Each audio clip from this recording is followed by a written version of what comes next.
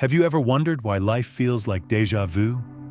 Why no matter how many affirmations you repeat, you still wake up inside the same story? The truth isn't that you're failing. It's that you've been living inside a version of yourself that was never meant to last. Every morning, you don't just wake up. You log into a projection.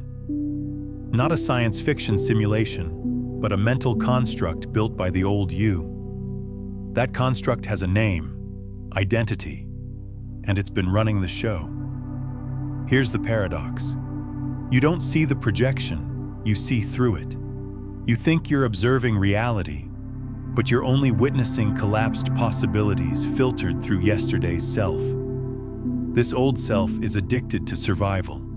It memorized pain and called it personality.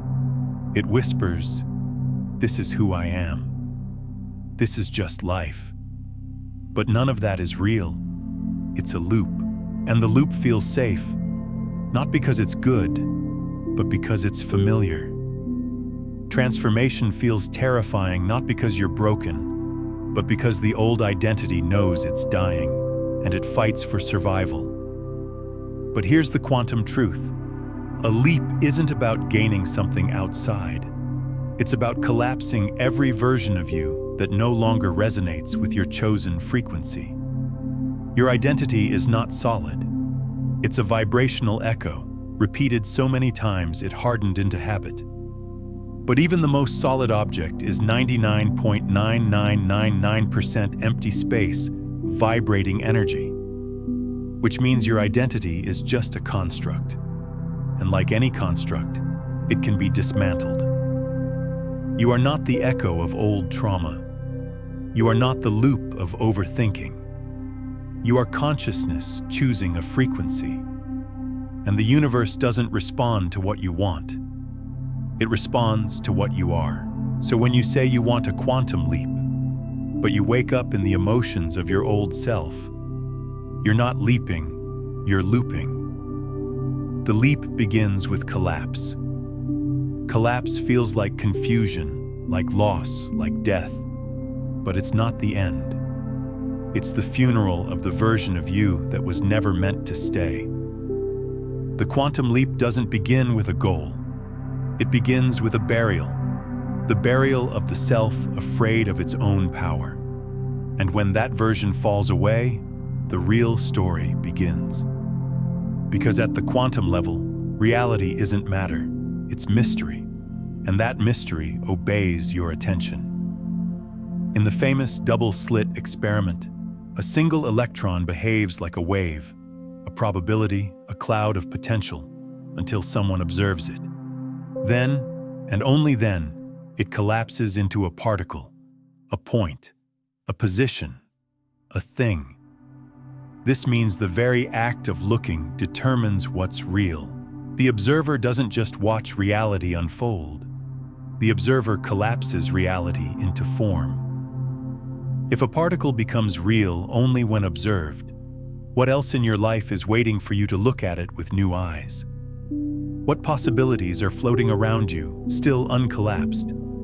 Because the version of you looking at the world is trapped in yesterday's perception. The observer is not separate from the field. You don't just see reality, you entangle with it. Which means your perception, your expectation, and your emotional state are not neutral. They are the frequency that shapes the world you wake up in. They are not passive forces drifting in the background. They are active currents in the quantum field, shaping what emerges into form. And once you realize this, everything changes. You are not a spectator in the theater of your life. You are the projector. This is why you can visualize a goal 1,000 times. Repeat affirmations in the mirror. Script your dream reality on paper. And still, nothing shifts. Because if the one doing all that is still the old observer, still the same identity fused with fear, control, or disbelief, then you're observing from the frequency of the past. And in quantum physics, what you observe, you collapse. In the quantum field, there is no fixed reality, only probabilities. Your future is not a straight line. It is a spectrum of infinite versions of you. The abundant you, the healed you, the powerful you, the free you, all vibrating as waves of possibility. And the version that becomes your experience depends entirely on which frequency you choose to resonate with. Think of it like radio stations. Tune to 88 FM, and you cannot hear what's playing on 105.9. Not because it isn't there, but because you're not aligned with it. The signal exists, but it's inaccessible until you shift your tuner, and your identity is that tuner. If you keep tuning into the version of you that says, "I can't," it's hard. "I've always struggled," then that frequency becomes your loop. But if you shift, not by force, but by coherence, the field begins to reflect a whole new station of reality. The tuner is not in your thoughts. It's in your state of being. Thoughts are electric. Emotions are magnetic. Together, they generate the electromagnetic signature you broadcast into the field, and the field responds, not to what you want, not to what you say, but to who you are vibrationally. Here's the trap. Most people try to change their life at the level of thought. They affirm, they visualize, they think positive, but their body is still memorized to fear, still addicted to survival chemistry, still conditioned to scarcity. So while the mind dreams of a better future, the body broadcasts the vibration of the past. That incoherence keeps the quantum field in confusion, sending mixed results and repeated delays.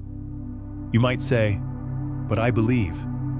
I want this so badly. Why isn't it working?" The answer is simple. Desire is not the key. Identity is. You don't manifest what you desire. You manifest what your nervous system believes is safe to receive. And that belief lives not in your conscious mind, but in your energy signature. This is why a quantum leap isn't linear. It's not climbing a staircase. It's shifting timelines. You're not moving from here to there. You're choosing a different version of now and becoming the self that matches it. And in doing so, all the versions of reality that no longer align collapse. The old job, the toxic relationship, the constant struggle, they fall away. Not because you forced them out, but because you stopped feeding them energy. Quantum physics shows particles don't even exist as things until observed. So what if your future isn't waiting to happen, but waiting to be observed from a new identity? What if the only delay is that you're still looking through the eyes of who you used to be? And here's the confronting truth. Your body, your brain, your very cells are chemically addicted to your past identity. Unless you break the cycle, your biology will recreate your old self like a drug it cannot live without. Neuroscience reveals that by age 35, 95% of who you are is memorized behavior, emotional reaction, and unconscious pattern. You're not thinking your thoughts. Your thoughts are thinking you. Your nervous system isn't asking for change. It's begging for repetition. The longer you live inside the same emotional state, anxiety, guilt, stress, unworthiness, the more your body normalizes it. It becomes your baseline identity, not because it's aligned with your soul, but because it's familiar. And to the survival brain, familiar equals safe. This is why every time you try to make a leap, your body rebels. It floods you with fear. It whispers self-doubt. It invents logical reasons to stay the same. Because your subconscious programming isn't aligned with your conscious desire. The mind says, "I want to evolve." The body says, "We survived this way. Don't you dare change." Here's the radical truth. Your body is your unconscious mind. Every emotion unprocessed, every trauma unreleased, every belief unquestioned, It all lives in your tissues.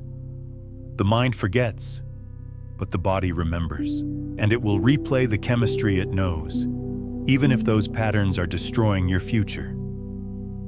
Dr. Joe Dispenza calls this the chemical self. It's not just poetic, it's measurable. Each emotional state creates a unique blend of neuropeptides, hormones, and electrical signals. Feel anger long enough, and your cells begin to expect the chemistry of anger. Feel shame, fear, or victimhood often enough, and your biology reorganizes itself around those frequencies. This isn't just a bad habit, it's a biological addiction. And like any addiction, withdrawal hurts. That's why transformation can feel like dying, because neurologically it is. When you try to embody a new version of yourself, confident, abundant, free, your body doesn't celebrate. It panics. It craves the chemical hits of the old identity. The discomfort you feel isn't failure. It's the detox of your former self. This is where most people quit. Not because they don't want change, but because they mistake withdrawal for misalignment. They say, "This feels hard. Maybe it's not meant for me," but that's not the truth. The truth is, the old you is fighting for survival inside your nervous system. And unless you learn to sit in the fire of that discomfort with presence, compassion, and coherence, you'll fall back into the same emotional gravity well again and again. So how do we interrupt the addiction to the old self? The first step is awareness, not just mental, but somatic. You have to become intimately aware of the emotional signatures that define your current identity. Notice the triggers that pull you into the past. Observe the subtle contraction in your chest when you dream too big. Watch the stories that arise when you imagine ease, wealth, love, and catch how quickly your body resists them. Here's the quantum secret. The field responds not to your imagination, but to your embodied vibration. You can visualize wealth all day long, but if your nervous system is calibrated to scarcity, the signal you're broadcasting is lack. And the quantum field, being impersonal and precise, will only ever match what you're being, not what you're wishing. That's why the path forward is not to push harder. It's to repattern your state. This is where science and spirit begin to dance. Through practices like heart-brain coherence, breath work, elevated emotions, and repetition of new neural pathways, you can teach your body what a new future feels like before it arrives. The key is to generate the feeling of the future now, not as a reaction, but as a decision. The moment you feel gratitude, love, or expansion without needing the outer world to justify it, you begin to rewire your brain. You install a new signature in your field, and the old chemistry starts to break down. Neville Goddard taught that imagination is the creative power of the divine, not to wish for something, but to become it in feeling. And when your inner state no longer matches your external conditions, reality must bend. Not because you begged it to, but because coherence leaves it no choice. So ask yourself, what feelings are you addicted to? What emotions have defined your personality? What memories are you rehearsing that your body believes are still happening? These aren't passive questions, they're portals. Because to step into the quantum leap, you must first see what's keeping you anchored. And what anchors you is rarely the outer world. It's the neuro-emotional signature of the self you haven't let die. It's uncomfortable, yes. Inconvenient, absolutely. But it's also sacred. Because once you become conscious of the patterns, you are no longer the pattern. You become the observer. And from there, the observer becomes the creator. In the next phase, we'll cross the threshold. How to collapse the timeline of the old self before it collapses you. You'll learn how to dissolve the past vibrationally, not by erasing memories, but by shifting identity. and I'll guide you through the energetic ritual that allows your field to release the frequency of limitation. But be warned, once you do this, there's no going back. Somewhere inside, a version of you is holding on, not out of hope, but out of habit. That version clings to your past, not because it loves it, but because it knows it. And what the nervous system knows, it protects. But here's the paradox. What you don't collapse eventually collapses you. Quantum superposition tells us all versions of you exist as simultaneous potentials until one is observed.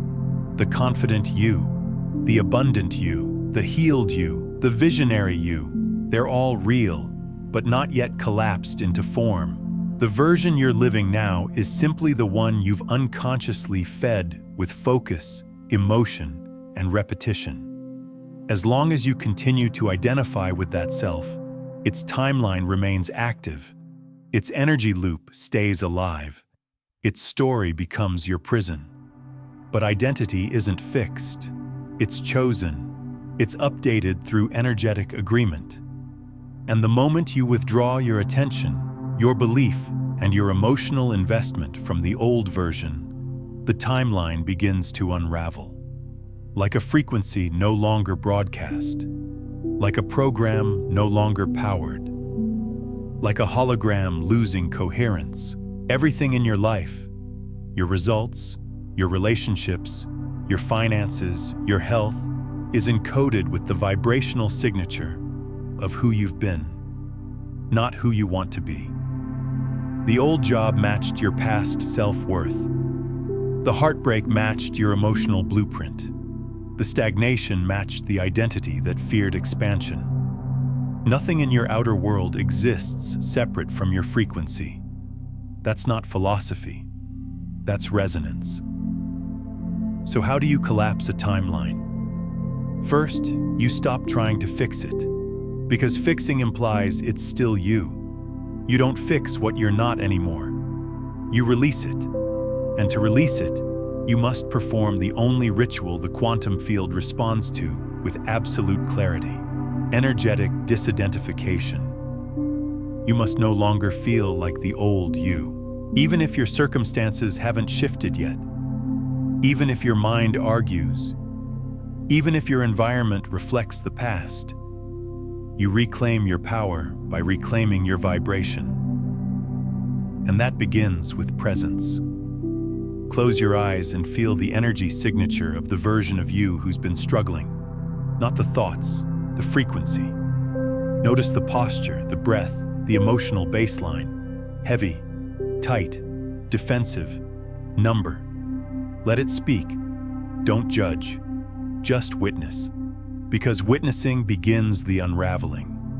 Now imagine that version of you standing before you. Not to analyze, but to honor. Thank them, truly. They carried you here, survived for you, navigated the unknown with the tools they had. They were never broken, just outdated. And now, it's time to release them. Say within yourself, or aloud, "You are no longer the one creating my reality. I set you free." Feel the tremble, the breath, the stillness. That's the energetic cord dissolving. That's the frequency shifting. This isn't a one-time visualization. It's a practice of becoming. Every time the old you resurfaces, in thought, in emotion, in reflex, you return to this choice. I no longer feed this frequency. I no longer embody this self. I collapse this identity with love. And slowly, like roots pulled from soil, the program begins to die. But there's a second layer, the body.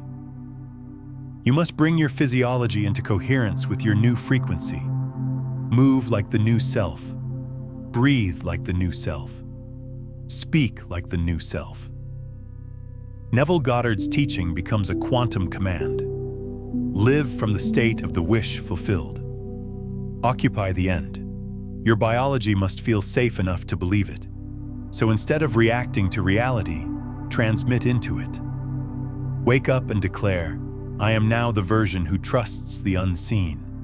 I am now the frequency of abundance. I am now the embodiment of ease.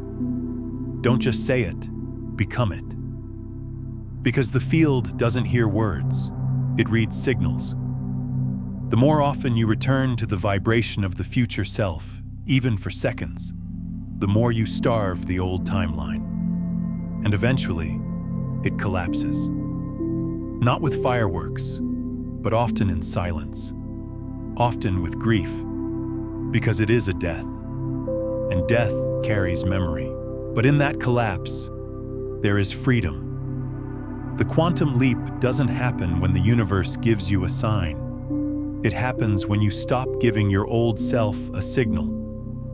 When you become a new harmonic, and the universe, bound by resonance, has no choice but to meet you there. Claim it now. Declare, I collapse the identity that no longer serves me. Say it like a key, like a vibration. Because the moment you say it, you tell the field, I no longer negotiate with the past. I embody a new signal. And yet, even after collapsing the old self, many ask, why isn't it happening yet? Why does it still feel incomplete? The answer is simple. They are still wanting when they should be being. Here lies the subtle trap. The deeper you want the shift, the more your energy says, I don't have it. That contradiction, the gap between desire and identity, is why so many get stuck. The quantum field doesn't respond to longing. It responds to frequency. And frequency is never defined by what you say. It is defined by what you are. Most think they're manifesting when they visualize goals, write affirmations, script dream scenarios. These practices can be powerful, but only if they arise from alignment. Otherwise, they become rituals of resistance. You visualize but feel disconnected. You affirm abundance but vibrate scarcity. You script your dream but wait for proof before you allow yourself to feel it. That contradiction collapses manifestation, because when you wait for evidence before you shift your vibration, you delay the collapse of the desired timeline.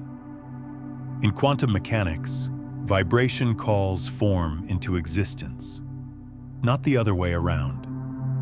Every emotion has a measurable frequency: gratitude, love, trust. These elevated states bring heart and brain into coherence. Coherence creates a strong, organized electromagnetic field. This field affects not only your biology, but the environment around you. You become a broadcasting station. You radiate the signal of your inner state, and reality vibrates to match your dominant frequency. Live in lack, in wanting, in waiting, and the field receives one message: I am not. And reality, precise and impartial, answers, as you wish. The ones who manifest massive shifts, who quantum leap timelines, are not those who beg the universe for change. They are the ones who embody the change before it arrives. They decide their new identity is real, not because of proof outside them, but because of truth inside them. Neville Goddard taught, assume the feeling of the wish fulfilled, not hope for it, not believe it's coming someday, but assume it. Wear it like a skin, like a frequency, like a truth deeper than logic. Because when you do, you stop sending out the signal of waiting. You transmit the signature of I am. Most people live in a vibrational gap between the version they want to be and the version they keep feeding. That gap isn't bridged by effort. It's bridged by identity. You don't try to become a new version. You step into the frequency it occupies and stay there long enough for the field to reorganize around you. But the mind whispers doubts. It craves evidence. It wants guarantees. And every time you collapse back into how will it happen or where is it, you send a mixed signal. You say one thing you vibrate another, and the field mirrors your incoherence. This pattern must end. From now on, you become the cause, not the effect. You emit the frequency of your future as a broadcast, not a request. You live from the vibration of already having, already being, already embodying. Even when your bank account says otherwise, even when your environment reflects the old. Especially then, because that is the moment of power. That is the test of coherence. That is when the field begins to bend. Think of reality as a mirror.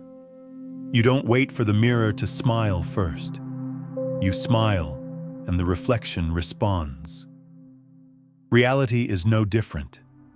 Your outer world is not a dictator. It's a reflector. It always reflects who you're being, not what you're asking. So when someone says, "I've been trying to manifest for months and nothing's changing," what they're really saying is, "I've been wanting something deeply while still being someone who doesn't believe it's possible." And the field, always precise, reflects misalignment. The good news? You can shift frequency in an instant, not by forcing, but by remembering. Who would you be if it were already done? How would you feel, speak, breathe, walk if the timeline of your highest self had already collapsed into now? That version exists, not as fantasy, but as frequency. Here's your practice. Once a day, drop into stillness. Close your eyes. Breathe into the heart and ask, what is the frequency of the version of me who already has what I desire? Then feel it. Don't perfect it. Just feel the signal. Calm, powerful, light. Whatever it is, amplify it. Let it flood your body. Stay there. No expectation, no bargaining, just coherence. Do this enough, and your nervous system recalibrates. Your thoughts follow, your behaviors shift, and the field, responding to your signal, not your stories, bends toward the version of reality that matches your truth. This is the essence of the quantum leap. Not jumping to something, but collapsing into coherence with it. The leap is not movement, it's alignment. It's remembering your external world is not the source of your experience. It's the shadow of your vibration. Your desired future is not something you chase. It's a version of you that already exists in the quantum field. Your only task is to become a match for it. Everything you've been wanting is not waiting in the distance. It's already encoded. It already is. The question is not, how do I get there? The question is, who must I become so this version of reality can find me? You don't manifest the version of you that has the life. You remember it. And remembering isn't mental. It's energetic congruence. The moment your inner state matches the vibration of your desired self, you open a loop in space-time. That loop is entanglement. Two particles, two possibilities, so deeply connected that even across vast distances, the state of one instantly affects the other. Your future self is already entangled with you. The moment you emit its signature, reality must respond. Time isn't linear in the quantum field. It's layered, holographic, responsive. You are not becoming the next version. You are selecting it through vibrational congruence. The self that feels free. The self that breathes abundance. The self that trusts the unknown. They all exist, layered within the quantum now. You collapse into that version by generating the feeling now, because you know you are the cause. You stop looking for evidence and become the evidence. You stop repeating the story and start radiating the frequency. You stop asking the field to save you and start showing the field who you are. Most people falter by collapsing into memory instead of identity. They get triggered by the past, distracted by the environment, and fall back into the chemistry of the old self. But that's not failure. That's invitation. A portal is only useful if you walk through it. And to walk through, you must leave behind versions of yourself no longer in resonance. That's the true death before the quantum leap. Not of the body, but of the timeline that no longer holds your frequency. Every time you grieve that version with love and choose coherence instead of control, you shift dimensions. Not in fantasy, but in vibration. You stop chasing, you start matching. So ask yourself, who do you choose to be when no one is watching? What do you vibrate when no one is listening? That invisible broadcast is shaping your timeline right now. It's calling in people, events, synchronicities, opportunities.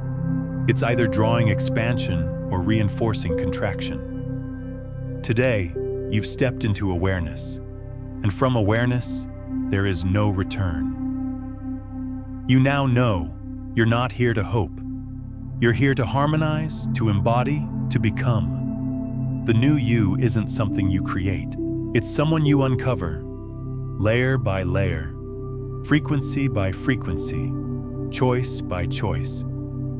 If something awakened inside you through this journey, if the old skin is peeling, the old story cracking, the vibration of your truth getting louder, then you are ready. Ready to train your frequency. Ready to enter the dimension where you no longer try to manifest. You simply are the manifestation. The field is always listening. The only question is, what version of you is speaking?